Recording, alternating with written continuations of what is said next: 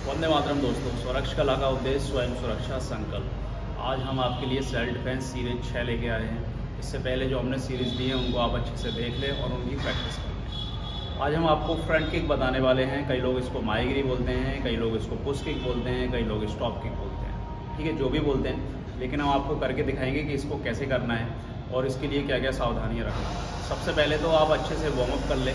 Warm up का जो हमने फर्स्ट वीडियो आपको दिखाया था आप उसमें देख लें और वार्म अप तरीके से कर लें। उसके बाद स्ट्रेचिंग प्रॉपर, क्योंकि किक्स के लिए आपको स्ट्रेचिंग जरूर करनी पड़ेगी। ये हम एक मिडिल पोर्शन की किक बता रहे हैं जो कि अपर पे भी जाएगी और मिडिल पे भी जाएगी। तो इसके लिए आपकी स्ट्रेचिंग बहुत अच्छे से हो जानी चाहिए, वरना क्या है आपके लिगामेंट्स और टेंडन्स दोनों ही खराब हो जाएंगे। ठीक है, तो हम किक की शुरुआत करते हैं और देखते हैं कि किक को किस तरीके से करना है। किक की शुरुआत में मैं आपको बता दूं कि लोग इसमें गलतियां क्या करते हैं।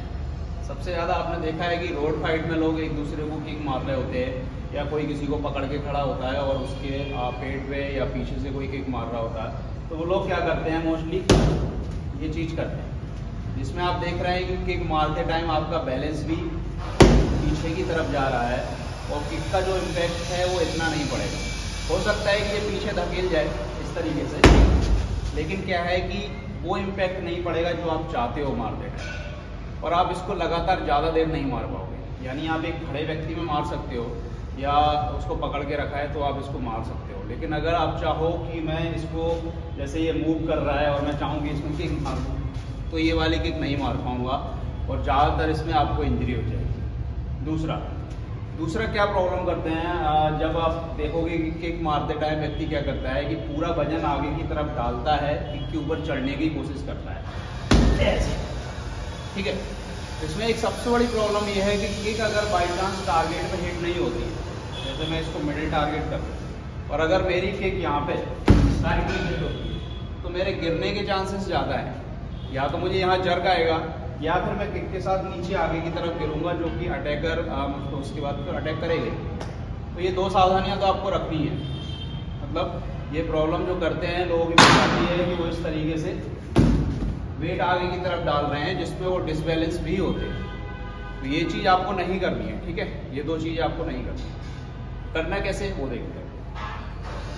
पहला सेम वही पोजीशन कि आपके लेग्स और आपके जो शोल्डर का गैप है वो एक बराबर होना चाहिए नीचे, यानी जो चौड़ाई होती है जिससे आप बैलेंस कर सकें। और आपको टोस पे वेट रखना है ज़्यादातर मोस्टली। ठीक है, आपके टोस पे वेट रखना है। अब हम देखेंगे कि मेरे आगे रीच कितनी है। अगर मेरा अटैकर यहाँ है मेरे इतने क्लोज तो मैं इसको किक नहीं मार सकता, क्योंकि मैं किक उठाऊंगा उससे पहले वो नज़दीक आ जाए। यहाँ किक मारने का कोई सेंस नहीं। किक की रीच तब होती है जब मैं यहाँ तक पंच नहीं पहुँचा सकता। ठीक है, जब मेरा पंच यहाँ तक नहीं पहुँचेगा तो फिर मैं वहाँ पे किक पहुँचा पाऊँगा। अब आप देख रहे हैं जैसे कि ये मेरी रीच है, यहाँ तक मेरा कोई भी पंच नहीं पहुँच रहा है, लेकिन मैं हिट करूँगा तो किक कम्प्लीटली वहाँ तक पहुँच रही है। तो ये चीज़ हमें सबसे पहले नोटिस कर लेनी है कि किक कितनी रेंज में मारनी होती है। अब हम देखेंगे कि इसमें किस पोर्शन को हमें हिट करना है, यानी अपने पैर का कौन सा हिस्सा अटैकर को टच होना है। तो अटैकर को जो हिस्सा टच होगा वो होगा हमारा बॉल ऑफ द फीट, यानी कि जो आगे का टोस होता है, अंगूठे के जस्ट नीचे वाला हिस्सा, वो हम अटैकर के सोलर प्लेक्स पे हिट करेंगे, यानी कि इस पोर्शन पे। जो दोनों पसलियों के बीच का जॉइंट होता है, यहाँ पे दोनों पसलियाँ मिल रही होती है, वहाँ पे एक सोलर प्लेक्स नाम का एरिया होता है। हमें वहाँ पे अपने टोस को हिट करना है, वो इस तरीके से बिल्कुल स्लो देखेंगे। किक को उठाना है, यानी आपको घुटने को यहाँ पे लिफ्ट करना है। सबसे पहले आपने घुटने को लिफ्ट किया, किक को थ्रो किया एंड बैक किया। ठीक है, lift, hit and back and वापस। आप किक को इस तरीके से बिल्कुल नहीं करेंगे कि किक यहाँ पे नीचे ड्रॉप हो रही है। इससे क्या प्रॉब्लम होगी कि जब जैसे अपोनेंट मुझे किक कर रहा है सामने और ये ड्रॉप कर रहा है, तो प्रॉब्लम ये होगी कि मैं इसकी किक को पकड़ लूंगा यहाँ पे, और अगर ये ड्रॉप नहीं करेगा, यहीं से वापस खींचेगा, तो मैं किक को यहाँ पे पकड़ नहीं पाऊंगा। ये इसमें एक मतलब बेनिफिट है हमारे लिए, क्योंकि अगर हम किक को ड्रॉप करते हैं, पैर रखो,